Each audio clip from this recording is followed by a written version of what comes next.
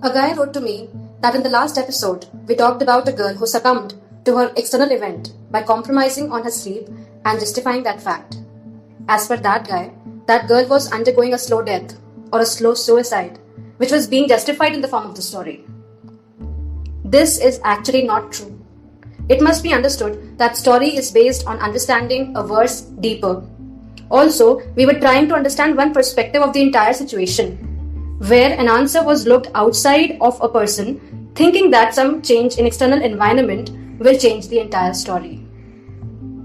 Whereas, solution lied inside, by having peaceful resolve on the internal side of a human being.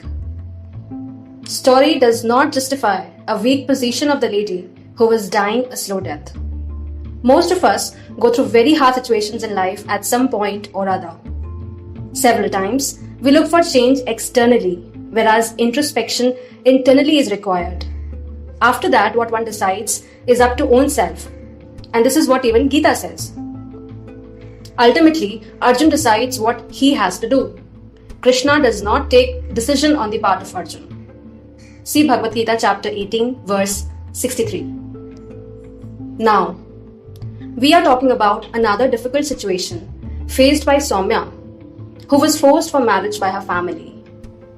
When she left the job to join another one, she stayed at her home for some months.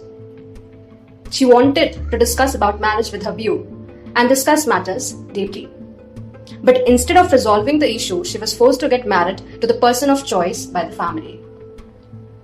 Unfortunately, she was only told about that after the whole family had gone through the person's biograph and his entire family on their own, without informing the girl about the family's choice of partner for her.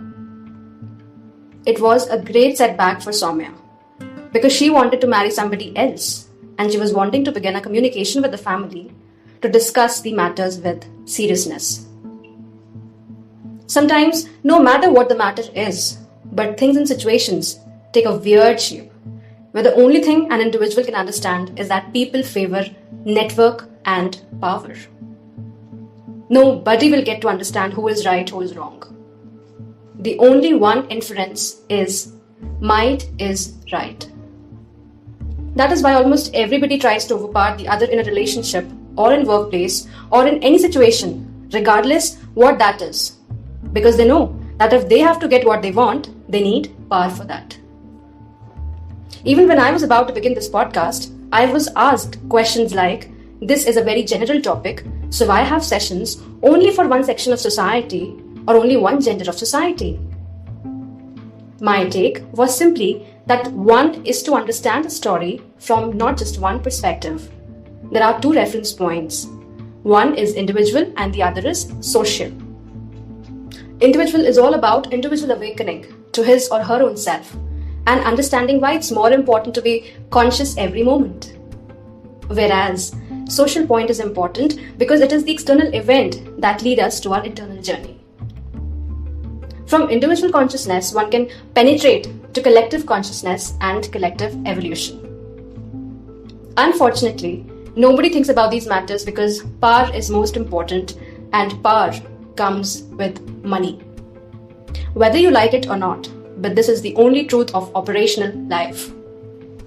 So having faced a very tough time with no help by her side, Soumya took a very firm decision that she is not going to let herself be bullied by people who don't even understand her.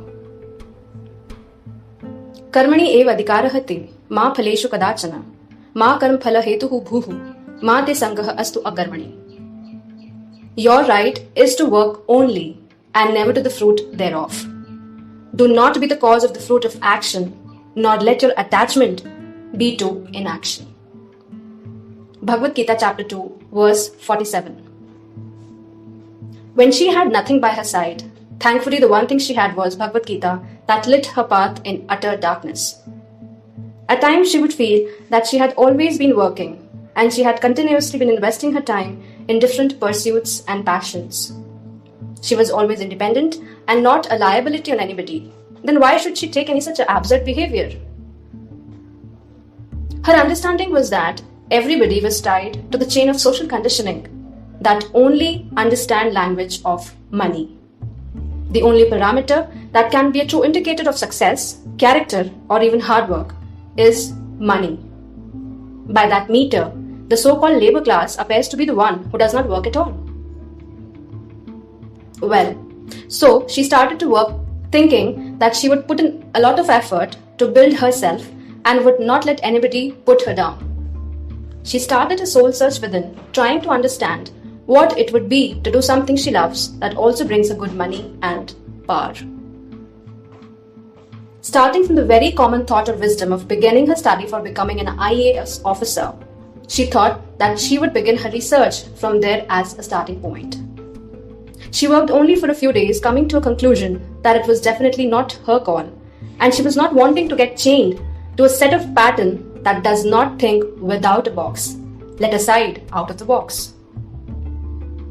So while she continued to do a lot of research on her own by the means of different subjects available outside on the external domain in the form of academics, she realized that she had gained not only a unique perspective, but also the feeling that no matter what you achieve in life, you can never be sufficient for everyone. People are always going to have some problems. The people who truly stand by you are the people who are there in every situation with all their heart and mind, without putting any kind of condition that world puts onto them, because conditions are put by world, not by an individual specifically. To understand this clearly, if there was no social conditioning, people won't fight at all.